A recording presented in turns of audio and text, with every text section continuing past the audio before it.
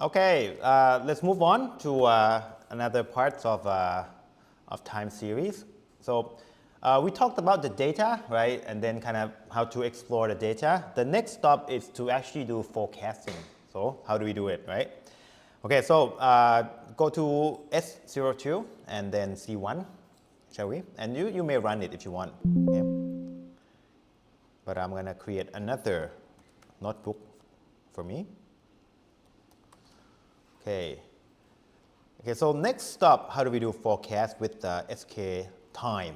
Okay, first stop, I want to import all of this. Okay, what I'm importing, similar.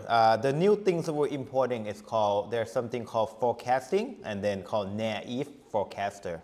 So this is the first model that we're going to use today. And it's actually quite useful model, okay? And naive, it means very simple, okay? It's a forecaster, it's a forecasting model that is very extremely simple, but it's actually quite useful. I'll show you. Okay, first off, I want to load the model. Okay, so I guess y equal load airlines. Okay, I need to run it first. Okay, and then I want to plot series. Okay, plot series y. Okay, and then yeah, probably that's the same data. Okay, so here, when I want to plot or when I want to forecast something, I gotta know what is something called horizon. Horizon, it's like ขอบฟ้า ไม่ประโยชน์ก็ได้ It's a horizon. So something that you need to determine in advance is what is your forecasting horizon. So what it means is that what do you want, like how many points do you want to forecast into the future? That's called forecasting horizon. For example, if you want to, so if you have the data like this, and you want your model to tell you what the next point is, and that means next month, your forecasting horizon is 1. Okay? But you can also construct another model where the model will tell you what's the next 2 points of your next 2 points, 2 months. Okay? Then your forecasting horizon is 1 and 2. 1 and 2.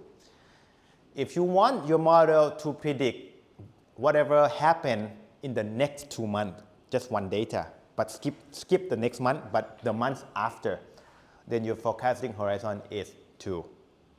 As you can see, right, forecasting horizon doesn't have to be a number, it can be a set of number. So if you have, for example, 1, 2, 3, that means that you are predicting the next month, the month after, and the month after that. 3 data at the same time. So that's how your model determines. So that's the concept of horizon. Like this is something that I would ask every student when I do proposal. I would ask, what do you want your model to predict? And you have to think about this. Do you want just one number? What does that number signify? And you might want more than one number. And different choice of your forecasting horizon means that you are training different model. Okay, so it doesn't mean that one model can predict everything at once. No, you do separate model for each type of horizon. Okay, but again, it doesn't mean that your model, I mean, even if, okay, maybe I'll just stop for you. I'll just show you what it is first, okay? Okay, so for example, I want forecasting horizon, right, to be, So here, I don't know why, but I just followed the example from the internet, which is 36 points after this. So I want to predict 36 points of this, right? So I want to set my horizon to be 1 to 36. Okay, so I can do this. NP, I don't want to type it in myself, np.a range, okay, from 1 to 37. So that gives me 1 to 36, okay? Print, okay? Like that, okay? So right now my model will actually tell me that I want to do 36 points in the future, okay? Okay, so the way that you would do forecasting model in scikit-time is you're gonna instantiate your model from your class definition, okay? So your class is called naive forecaster, okay? And let me just show you the strategy. I will tell you what it is, okay? I will say last, okay? And SP, I will tell you later what it is, okay? SP equal 12, okay? So that's your, strategy, okay? Like that, okay? And that is your model. It's the same thing with when you do maybe like decision tree, same thing, you instantiate the model from the class definition. And I wanna set this one equal to the variable called forecaster, okay? And the rest is pretty easy. I just fit the data. So fit, okay, forecaster dot fit, okay?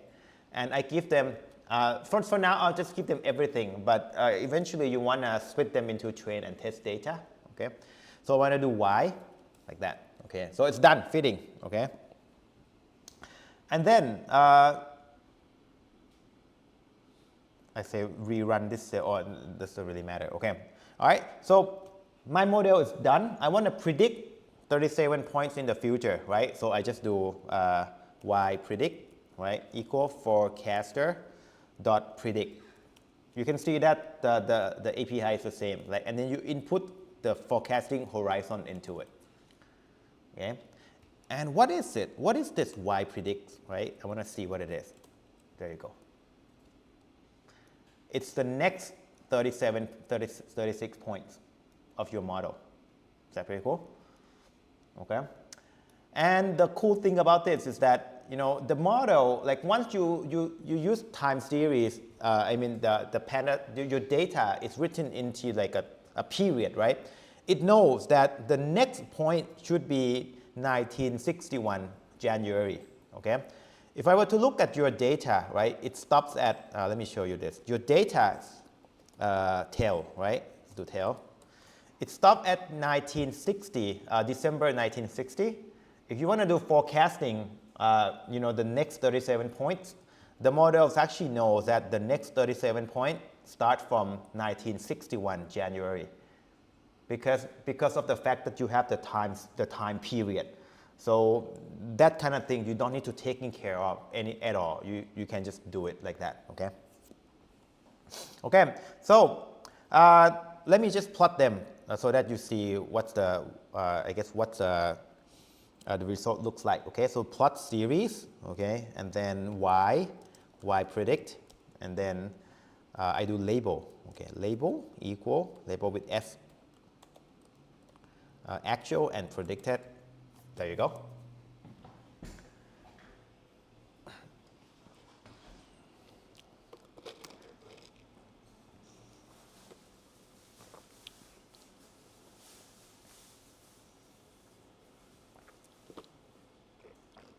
Okay, so you might be wondering like how do we reproduce, like what make it so that it do this, right? So first I want to show you something even simpler. If I were to put the, so let's go back here. Okay, let's do head, okay. Why don't you change this into 1, and then you see what happened. Change it into 1, and then you start to see what this model is doing. And maybe change it into 2, into 3, and you might be able to guess what is this model doing.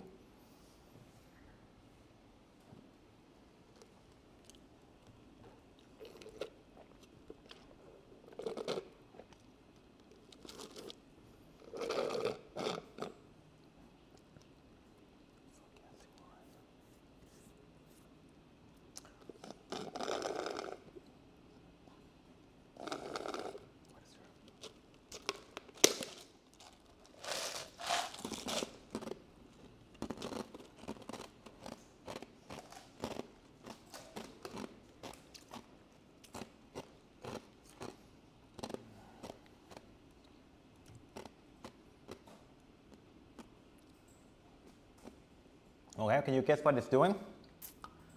Okay, let me see. This is for the.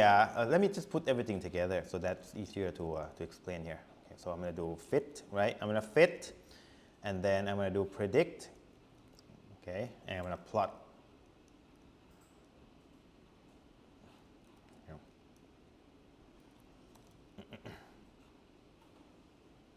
Okay, and this one is for SP equal to 1, okay, and this one for 2, and this one for 3. I mean, I guess 1, 2, 3, you should be able to see what it's doing. Okay. So let me explain. Okay. If it's 1, then that means that, okay, in order to predict the next point, so let's say you are at the last point, right, and you want to predict the next point. Is SP equal to 1? You just copy yourself, basically. Okay. So another way to think about it is that if I'm here. Like maybe another way to do is like if I'm at the next point, like if SP equal to 1, then I just copy the one before me. That's all, right? But then if SP equal to 2, right, and you can kind of see that the fact that it's become straight line is that once you kind of go further, it kind of copy itself. So you don't have any so the only data that get copied is just the last point, okay? But if you use SP equal to 2, then that means that the last two data of your time series get copied over, okay, like this. Okay? So essentially, just look back. So SP equal to 2 is like look back 2 points to see what happened and copy the data. So that's why it's like that, okay? So maybe like this point, just look back into this data, copy them, right? This point, just look back here. This point, and then it just keep doing that. That's why this model is called naive forecaster, because it's so simple. It's very simple, right? Okay, but then if you happen to know the seasonality of this data, like I just happen to know that this data kind of repeat itself every 12 months, I can set seasonality to be 12, right? SP is called seasonality period, okay? 12. And as you can see that it's actually not too bad, right? It's actually not bad at all. Okay, because I know that my data repeats itself. Okay, I know that the trend is gone, but it's actually doing the fluctuation quite nicely. Okay. Again, this one means that the first orange dot goes back 12 dots. So probably here, this one probably like, I don't know, like here and here or something like that. So that's how it works, okay? It goes back 12 dots and then copy the value, okay? And then keep doing that every time, okay? The reason I'm introducing this is that, like, whenever you do time series, you're gonna have some matrices, right? And usually you compare them with, a bunch of models. That you have like really complicated model, and you try to find the best model, right? But what I would always suggest is that, why don't you use this model first, right? Because this model is very simple, you don't need to do anything, right? And if this model gives you, maybe you usually do like MSE, right? Mean square error. If this model gives you maybe like 100, anything that you do after this, like a more complicated model, if it gives you more MSE than 100, don't use it, right? Because this one is very simple. Any model that is more complicated supposed to give you better results than 100. So now you have the baseline of where you want your model to be. Like if you don't use the naive model, then the MSD value doesn't really mean anything.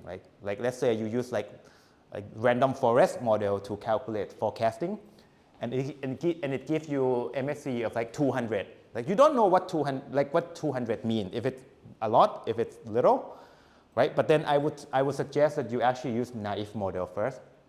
If naive model gives you better results than your complicated model, then just throw that complicated model away. Don't use it. This one's actually even better, right? So don't forget the most simple model, this one, right? And usually when I tell the student, I would tell them to use all the seasonality. Like why don't you just loop it over all the seasonality, just 1 to 24, and see, and then just get all the value, right? And then that value should be your baseline for moving on. You gotta get things that are better than your naive forecaster. Okay. Okay. Well, I actually go ahead myself because I haven't talked about evaluation yet, but you can kind of see like mean square error is something that we want to do. Okay.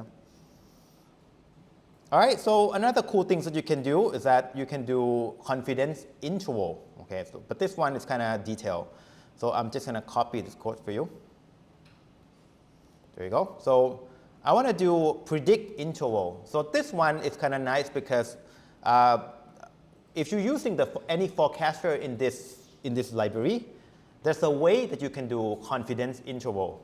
For naive forecaster, it doesn't mean anything much, but for statistical models, it's actually a good measure of confidence in your data. Okay, but this one it just gives you basically just equal range interval, because for naive forecaster doesn't really do anything, so your interval your confidence doesn't change. Probably just 1.9 times the original interval or something. But I can kind of plot this so that you can see that we can do something like this. Pretty cool. Go back here, and then I'm gonna do the interval plotting, confidence interval plotting, like that. Pretty cool, right? So when you use statistical model in forecasting, this confidence interval actually means something. But in machine learning model, I would say it's fine. You don't have to pay much attention to it. Okay, but for like ARIMA or the ETS model, it does have meaningful interval when you plot something like this. Okay, so keep that in mind. I guess this is AI class, right? So I'm supposed to, show you. I'm supposed to say that AI is better, but in this area, I don't think AI is that. I mean, AI is probably as good as just the normal statistical model. Like the statistical model in time series is pretty good. It's pretty powerful. And I don't think AI can beat statistical model, but you got to use pretty complicated AI. But for a normal machine learning model, I don't think it's better than statistical model. Like my opinion is quite controversial because people usually say that AI beats everything, but I don't think it beats time series. Like just ARIMA, very good. Okay, I've seen it. Okay, let's go back here. Okay, so next up, I kind of allude them to this evaluation thing because maybe you can try something else before we go on, right? Why don't you go change the horizon? Okay, just to see what happened. Okay, so I can do 1 to 10 maybe, and then rerun it to see what happened. So I just want to get you used to the concept of forecasting horizon. See, like that. Okay. And you can kind of see that this one. Okay, maybe I want to correct myself a little bit. Okay, so when you do horizon, okay, it's just the way that you would predict things, right? If you do like a consecutive number, so that's your horizon, right? You can come up with another type of horizon, which is like 1 and skip another. You can do 1 to 10, but then skip 2. I want you to try this one too. Can you try this one? 1, 3, 5, 7, 9. See what happens.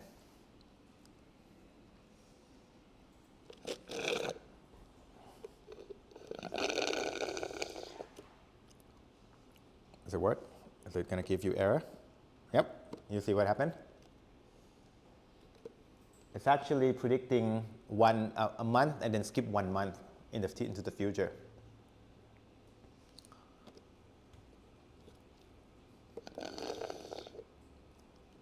Okay. And you can even do like a custom horizon if you want your model to be, I don't know why you would want it, but I can do something like this too. Can do FH equal 1, 2, 3, and 5. So this model is going to predict the first 3 months and the 5th month in the future. Skip the 4th month. I don't know why, but you can do it like that. Yeah, you can see it. Okay. And again, like your choice of horizon means that you're training model differently. Okay.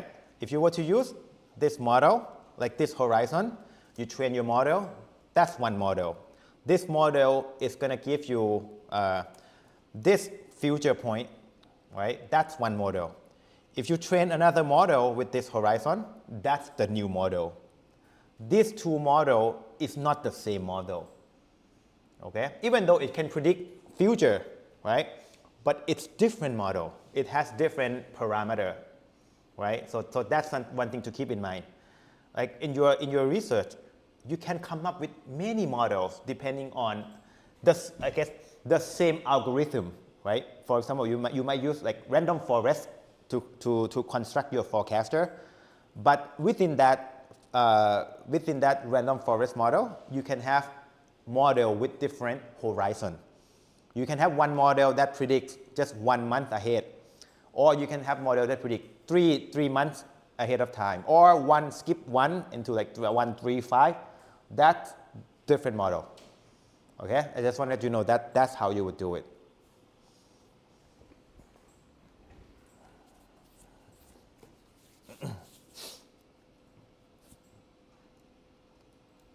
Okay.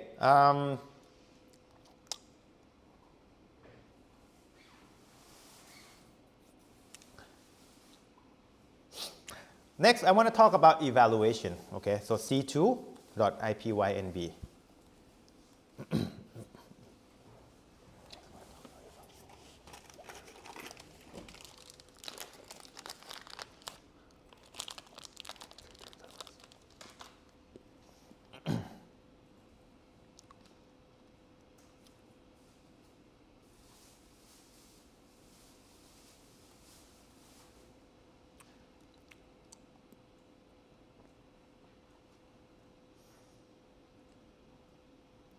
Okay, so this one, I'm using naive forecaster, but I'm also, so this one is even better because now I will do train and test splitting data, okay? And I'm going to do mean absolute percentage error as your evaluation, okay?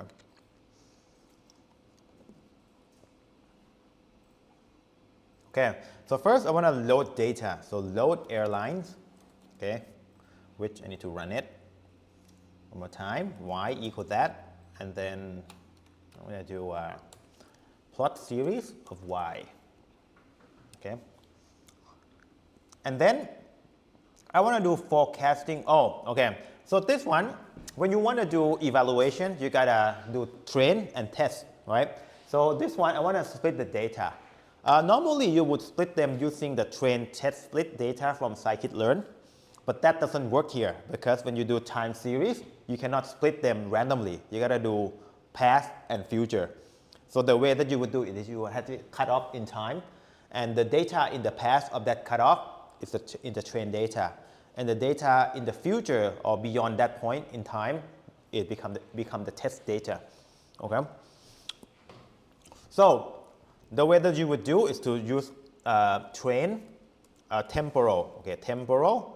Train test split. Okay, so notice that the word temporal. And this one actually comes from scikit time data. It doesn't come from scikit-learn. Okay, so different library.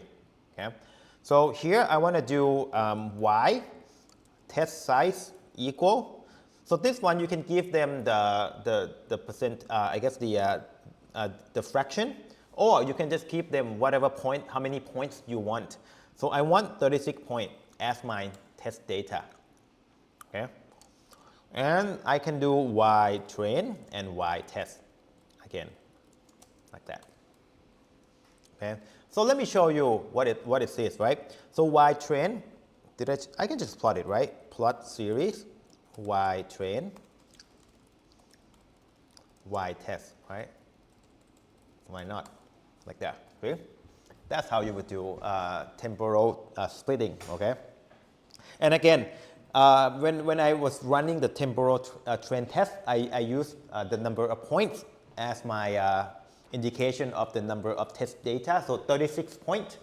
But there's nothing to prevent you from using fraction. So I can do fractions like this. I can do 0.5, so split them half-half. There you go. You can do that too. Okay, so either use a fraction or use a whole number. Okay, this one I want to use 36 points because I wanna be specific with my horizon. Okay.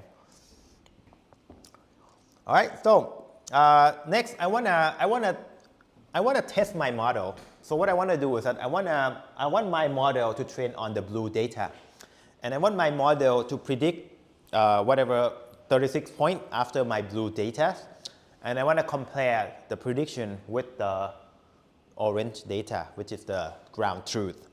Shall we? Okay.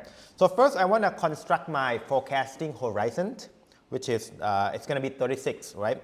But I want my horizon to be adaptive to the number of test sites. So I want here's what I want to do. I want to do y test, right? I want to see how many points is my test size. So I want to do dot shape 0. So this one gives me the number of points that I need to forecast in order to compare with my ground truth test data. Okay, so this one's good because I can now change my test size to be 0.5, and then this one will change into 72. So this one is good because it's adaptive. Okay, so back to 36. Okay, but then if I want to predict 36 points in the future, I need my horizon to be number 1 to 36. Okay, so I want to do this NP, right? NP dot A range, okay, from 1 to that number, but I gotta do plus 1 so that it goes from 1 to 36, okay, right here. That's how it works. Okay. And then this one will be my forecasting horizon. Okay. Next, I want to do naive forecaster. Okay. Now, oh, I forgot the strategy. It's okay. Okay. Maybe I can go back here. Right? I'll tell you later the strategy. Okay. But the strategy equal last. Okay. Wait. Too soon. Okay. And I want to do seasonality equal to 12, right? And that will be my forecasting horizon. Oh, no, the model, which is forecaster. Okay. Like that. Okay, let me just rerun this one more time. Yep. Okay. Next stop, I want to train my model. So forecaster dot fit with my y. Right now, if I do y, then that's going to defeat the whole purpose, right? I want to do y train. Okay. I want to do training data. Okay. And once I fit it, I want to do prediction. So I want to do y predict equal forecaster dot predict with that forecasting horizon.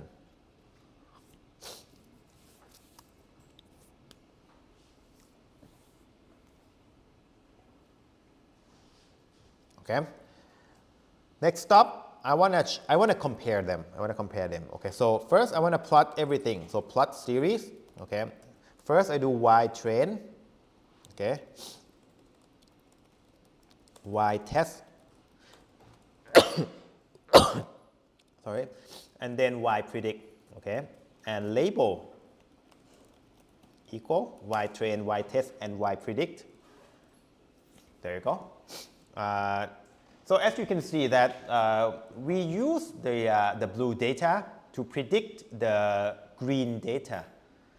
And the green data is actually different from the ground truth, right? So that's something that we can measure in terms of evaluation.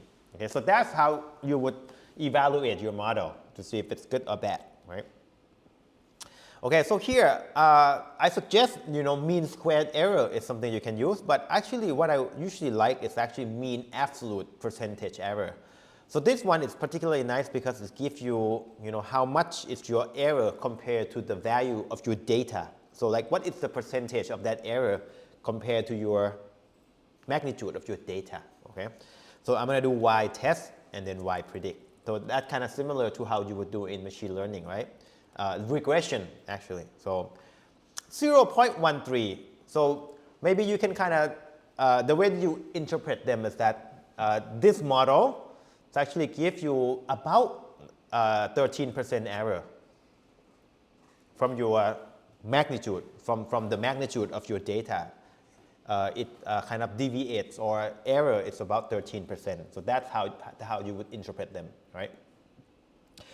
And again, if you change the model in any other way, for example, you can do seasonality, right? If you remember, if you do 1, you can see that the error should increase, right? Because 1 is really bad, right? So now you get 20% of error, okay? And if you do maybe like 6, then the percentage of error will change, right? So maybe you can try, see what's your error is going to be for different type of model. So maybe 6, we run again. There you go. Now it's 18%, which is, yeah, pretty bad, right? So I will use this, this matrix to evaluate what's the error is going to be. Just throw that in, why not, right? So I can do another thing called mean squared, mean absolute error. So that's something that you can use. Mean absolute error, y predict, and y test. So that's another one. But this one, okay, I need to rerun again. But this one is kind of arbitrary in a way, right? When you say 78, like, is it large, is it small? So that kind of thing, like if you use mean absolute error, it's hard to tell unless you know your data, like what is the magnitude of my data and what does 78 mean in terms of like my data. So in a way, you're going to have to do the absolute percentage anyway, so why don't you just use absolute percentage error? I think that's kind of more meaningful, okay?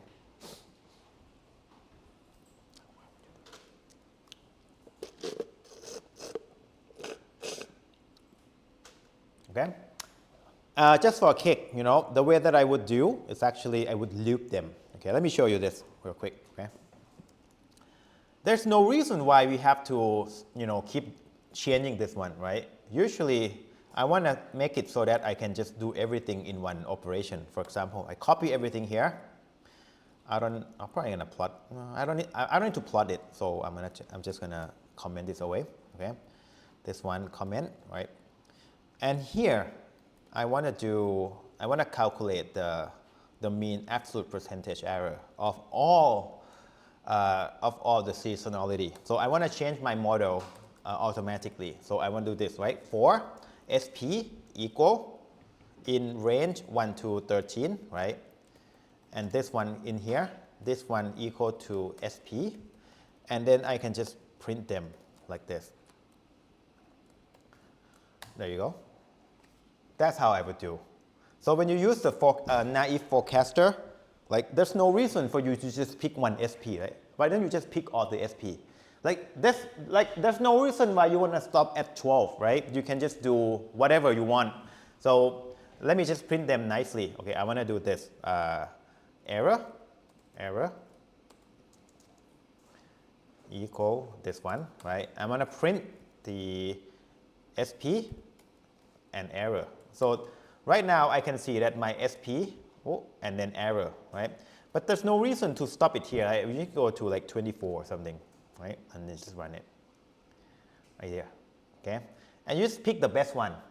So the best one, like I don't even know what the best one is, so maybe I'll just do this. Everything goes into pd.series data frame. Oh, I forgot panda. Yeah, I forgot panda. Okay, no need to do that. I can just do numpy. Okay, so I'll just do okay. I need to keep them in an array. So I want to do numpy. Why don't I just use panda? Okay, I'm going to do panda import panda spd. Okay. And now I have more things I can work with. Okay, so I want to do data. I want to collect the data in an array, and then I want to collect all of this. So data append that one. Okay, I want to do this one. This one. Okay, I want to do sp and then actually it's called MAPE, so I'm going to do MAPE, error. And then I'm going to do df equal pd.dataframe. I have to do from dict, okay, like that, okay. Let's see what happened here. So df, there you go. So I have all the SP and MAPE in data frame. What's next I want to do? I want to do plot. It's pretty cool. Like that. There you go. Okay. So if you have something like this, then you can see that this is my best SP, which is 12. Okay, the rest is not good, right? So this will be my baseline. Like when I use another model, it should be better than this point. If it's not, then just throw it away, okay? So that's what I would suggest for everyone who do time series. Make your baseline using naive forecaster like this, okay? This code, I'll show it to you. Maybe I should send it to you at some point. I'll find a way to update this file for you, okay, so that you have some way to do this. Okay, last thing before we take maybe a longer break, it's a rolling update. So this one is kind of important to mention because this is one of the quirk things about time series that kind of confusing, okay? Even I am confused a lot of time too, okay? Even though I'm teaching this, get me confused a lot of time thinking about this, okay? Okay, so first I want to save this one. I want to send this to you later. Okay, and this one. Okay, I want to run this one. There you go. Okay, first I want to load the airline again. Okay, it's getting repetitive now. Okay, run. Done. Okay, and I want to do tests. I want to split them. Okay, so do temporal train test split. Y test size equal 36, just for no reason, okay? And do Y train and Y test.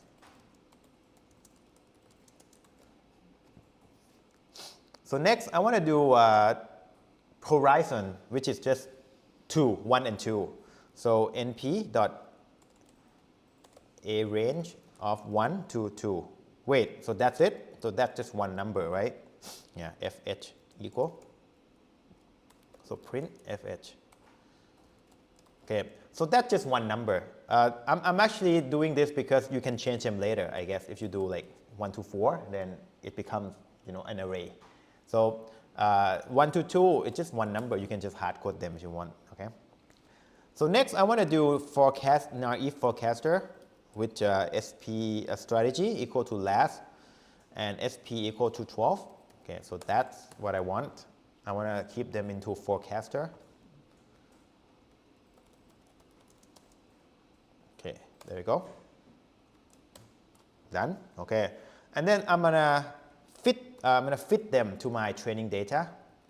Dot fit to f y train. Okay. And then I want to do this. I want to do y predict, right? Y predict 1 equal forecaster dot predict fh.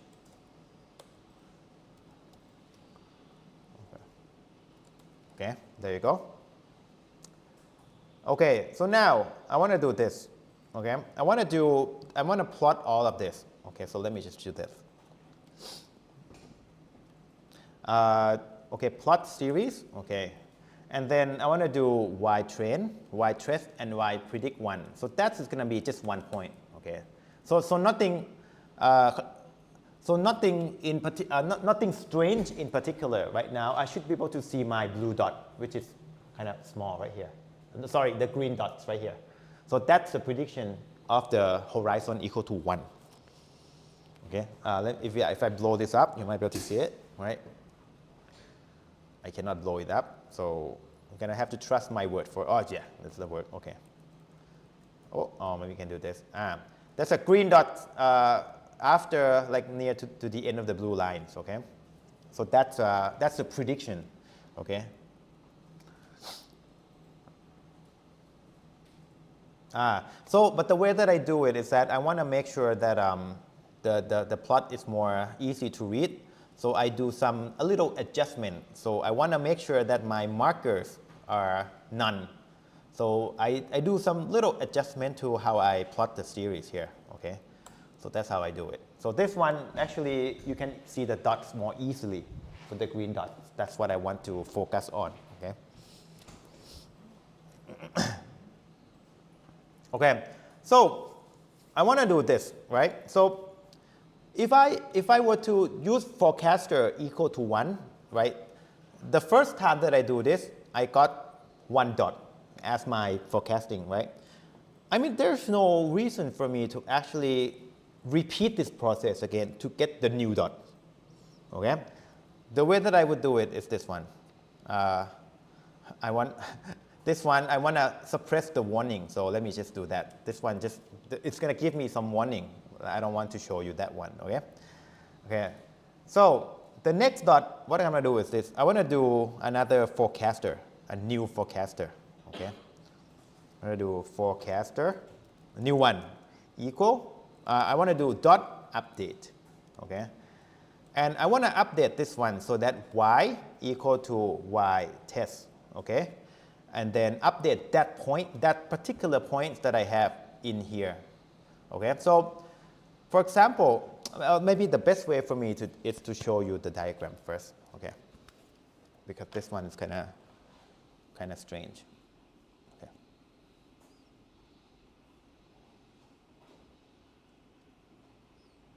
All right. So let's say I have the data like this. Let's see, times 1, times 2, times 3, times 4, times 5, like this, right? This is your data. This is training data, for example, okay? Maybe I should go a little bit further. 6, 7, okay. And let's say that you, how about 8, okay. Let's say that your training data goes into here. So you have y1, y2, y3, y4, y5. Okay, that's your training data. Your testing data is here, y6, y7, y8. Okay. So the way that you would do before, you would do something like this. If you want to predict the 3 points in advance, right, you would take all of this, right? You would build model from this data, right? So this will be your model, like the fitting your model, like forecaster, right? And when you say forecasting horizon equal to 3, right, it's going to predict this point here, y6, y7, y8. And just for simplicity, like if you use seasonality equal 1, you can kind of see that actually all of this is the same number, right? If I go back here and I set, not even here, but if I go back to this one maybe, or this one, right? If I were to use forecasting horizon equal to 3, 1, 2, 3, right, like that, maybe, and then I choose seasonality equal to 1, then essentially I get the same value, right? You can see here, like these are the same value, right? The one that we just established, right? Okay, so this is okay. I mean, this is what you would do, right? This is one, I guess, one version of forecasting that you can do. So this one means that maybe this is now, like for example, like this is your now, right?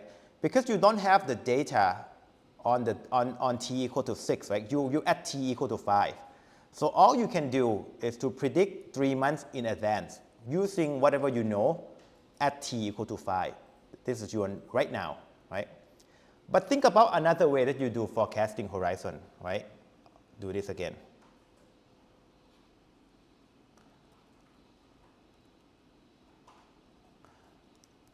Okay. First you do this, right? If I say that right now, my now is here, right? This is my now, right? And you only do this. Okay, that's your forecasting horizon equal to 1. So FH equal to 1, right? This one, forecasting horizon equal to 1, 2, 3. Okay, so that's two versions that you can do. Like that, okay? So think about this. I only need to predict 1 month in advance, right? So because I'm at t equal to 5, so I predict y6, right? But then think about this. Next month, what happened next month? Next month is this. My now is right here, right? This is my current time. It's at t6. So there is actually nothing to prevent me from doing this, right? I can just do this. I say, since I already have my now at t6, this one is actually available to me. I have y6 because it's something that I collect every month, right? So I know the ground truth of that month, right? So there's nothing to prevent me from doing this, right? I can get the forecaster to update itself so that it's getting this data. So I just need to find a, so y1, y2, y3, y4, y5, and then y6. Okay. So my forecaster actually know about the new data, which is the ground truth. And then I want to predict this one. So then I can, if I use SP equal to 1, then I will have y7. Okay. And I mean, let me just write this one. So this model actually contains y1, y2, right? y3, y4, y5. And the first model is actually going to copy this data over here, right? Which is the same thing as this one here, like y5 here. Okay. This one is actually going to copy the data here. This one's going to copy the data here. This one will copy the data here. So that's why y6, y7, and y8 are the same value. So this one's happening here. That's why you get the same value, right? But think about this algorithm. If you were to update your model every month to be the most current model, y7 will actually get the value from y6, which is different from what you would do here. So here, y7 actually get value from y6, which get the value from y5. But if you do it like this, then your y7 is actually getting the real value from the ground truth, which is y6. Okay? So let's do another month. If I were to wait for another month, so this is my now, right?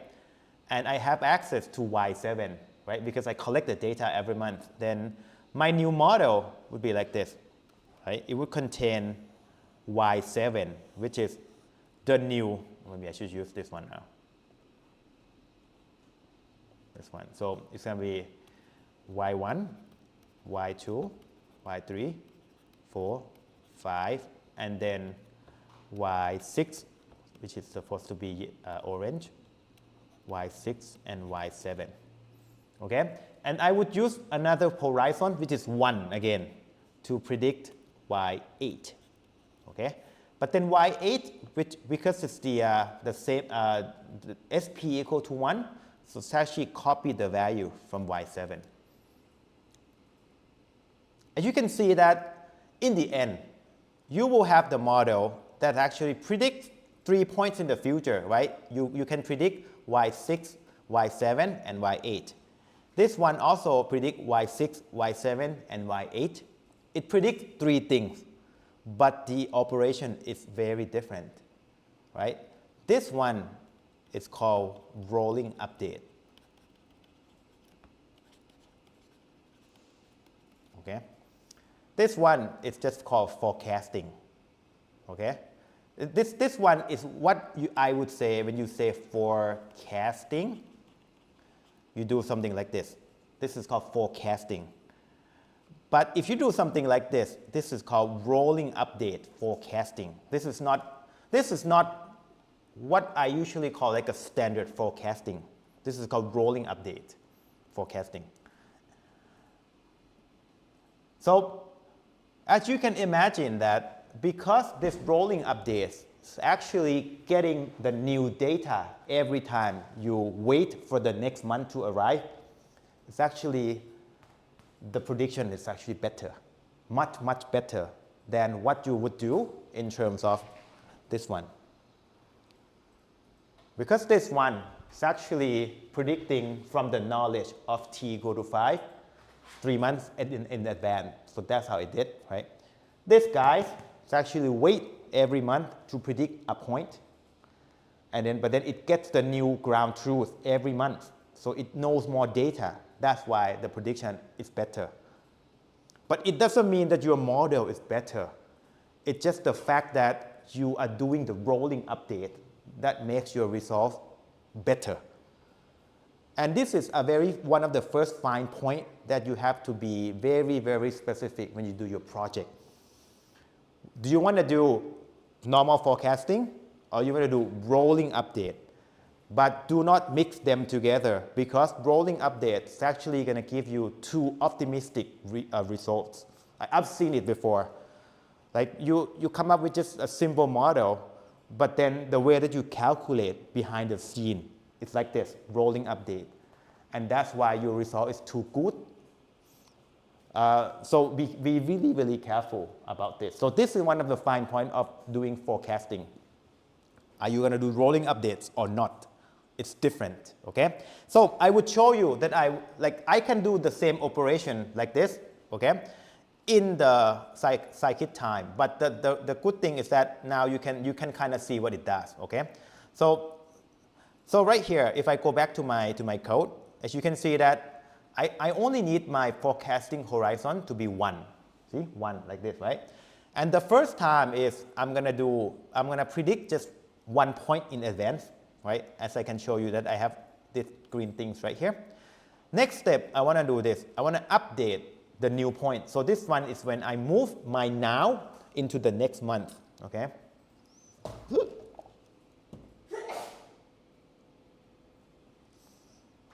Okay, so I want to update it with 1 new point. Okay, so this is how I do. Okay, I'm going to do y test. And then I'm going to do just 1 point in advance. So so this one update 1 point. Okay, so similar to how I would do it right here. So I would do y6, update y6 to the model.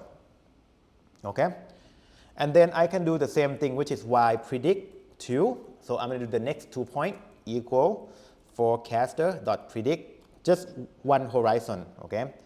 And then I'm going to plot it again.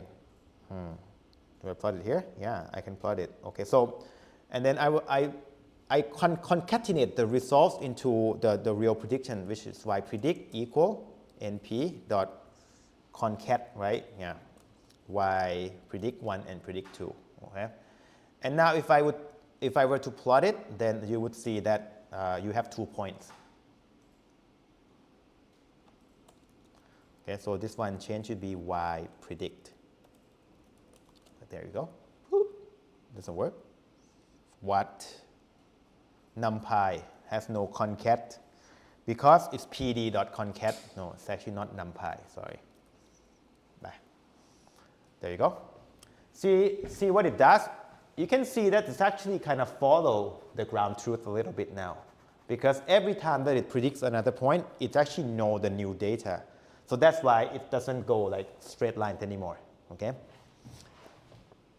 And if I were to do this, many, many times, you would end up with something like this, with a loop, right? So rolling updates. This one right here, okay? So I'm actually showing you that if I keep doing this, so I want to do this one. So I want to go from 0 to all the y tests, almost every point in the test data, right? I run all of them. And then I would do the same thing, which is plotting. Okay, you can kind of see that the results actually very, very good. Okay, because the fact that each point actually gets a new data, like your models actually change every time. Okay, so if I were to do evaluation, then you can see that the results pretty good. Where is it? Right here. So if I do the mean percentage error, right, you can see it's only 8%. Okay, I think before we have something like, I don't know, 18% or something, but now it's like two times better, or like 100 times better or something. Just the fact that you are doing the rolling updates. Okay, so be very careful when you do forecasting. Like when you're comparing things, make sure that you're comparing them with the same operations. Like what you would do with the rolling updates is that you know that you are going to do it month by month. Like the way that you would do something like this is that think about the real operation. If you only need to know 1 month in advance, right, and then you have the luxury of waiting until whatever that month you are going to have the data, then the rolling updates always going to give you better results because you have the most recent data at your disposal. But that's not always the case if you want to predict, for example, like 3 months in advance, but you don't have the luxury of waiting until Y7, right? In here, you add T5 and you want to predict until Y8, right? But if you have the luxury of waiting until T equal to 7, then actually having the rolling update is actually better. But see, I don't even improve my model at all. This one is just operation. So think about your operations when you are constructing your forecasting model. Like you want to do forecasting or you want to do rolling update forecast. It's different, okay? But mixing them together can give you a bias in terms of selecting your model. Okay, do not mix them. Okay, what else I want to show you? Okay, another thing that I want to show you is that there will be a time for you to constructing a windows, and that time will come when you will start to use your machine learning model to do forecasting. So I want to show you that splitting in your data into windows is kind of pain. But in SK time, it also provides you with a pretty convenient utility function. It's called sliding window splitter. Let me show you this one. Okay, sliding window splitter. Okay, for example, let me just show you how it works by just doing this one. Okay, so first I want to do I guess I want to split them into. Let me just, I think showing you it's actually better, okay? If I were to have a time series that go from, okay, first I have the time series that go from 1 to 10, right? np.a range, if I were to print it out, like that, okay. I have this data. I want to split them into windows, okay? If I were to do forecasting horizon of 2 and 4, and my window length, let me just do something easier. So 1, right? Window length equal to 3, step length equal to 1. Right. I want to do this one. There you go. So as you can see that what I want is that I want 0, 1, 2, which is my window length equal to 3. And I want to predict something at number 4. So array 3 is number 4, okay? Right, and then this window is actually moving to the right, to the left, to the right side, right? 1, 2, 3, 0, 1, 2, 1, 2, 3, and 2, 3, 4, right? So 0, 1, 2 predict number 3. 0, 1, 1, 2, 3 predict number 4. So that's how it works, right? You want to split them into like different windows with whatever target forecasting that you want, okay? But you can also do different things because I can say that I want my window length to be equal to maybe 5, right? And then everything else the same, then you can see that this is my first windows. I want to predict 0 to 4, predict 5, 1, 2, 3, 4, 5, predict 6.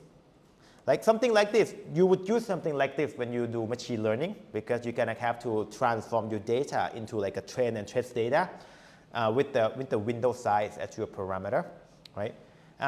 This one is pretty easy to do, I guess relatively easy. But when it gets a little bit difficult is when you start to do forecasting horizon that is different. For example, 1 and 2. You can see that now I do 0, 2, 3, 1, 2, 3, 4, and then I predict 5 and 6. And then I do 1 to 5, predicting 6 and 7, okay? So that's not too bad, right? But you can also have a even more complicated splitting, like when you do step length equal to 2.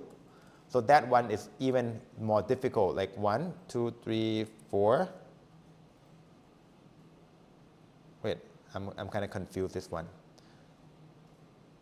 I thought it would skip, but it doesn't skip. Maybe because it cannot, maybe I can do 4. Oh, okay, I remember.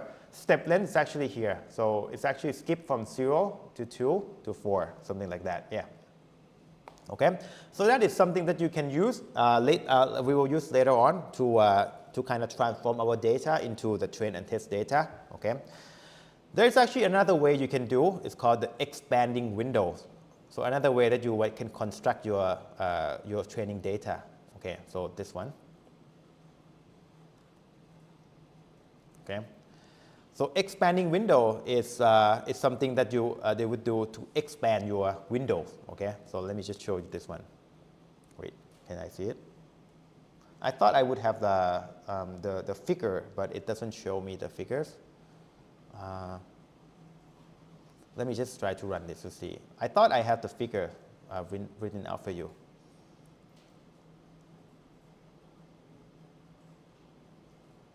Okay. I guess not. Okay. Oh, I do? No.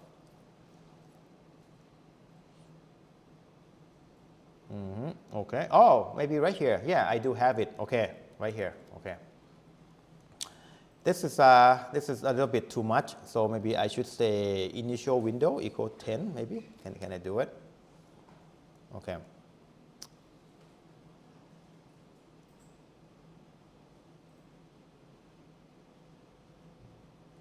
Okay, there you go. This one is much better. Okay, so what I'm showing you is that when you do expanding windows, it means that your training data actually keep growing. So when you do slicing window, like you fix your training data, but then you keep moving the windows with the same size, right? But then you can also construct your training data with the expanding window, so that maybe the first time you do 10 points, the next time you do 11 points because you have the new data coming in. I mean, this way it's kind of nice because, I mean, you don't need to discard your old data, right? This is called the expanding windows, okay? This expanding window techniques is actually applicable to the statistical model, but it's not applicable to the machine learning model, because machine learning model always needs the fixed feature. So when you do machine learning, you always need to use the sliding window. But then when you do statistical model, you can use this expanding window, okay?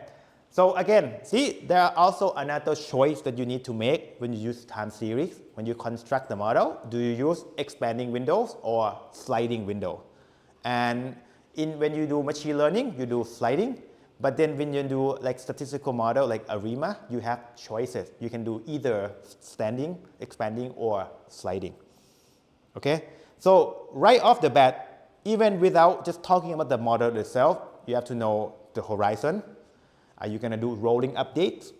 Are you going to do expanding windows or sliding window? And these are the choices that you don't need to make if you were doing just normal machine learning. Okay, so that's why I'm saying that time series is headaches inducing. Okay. All right. Maybe I'll give you a quick break and then I'll come back for maybe just little things that I want to I guess we still have a little bit of exogenous. So, okay. So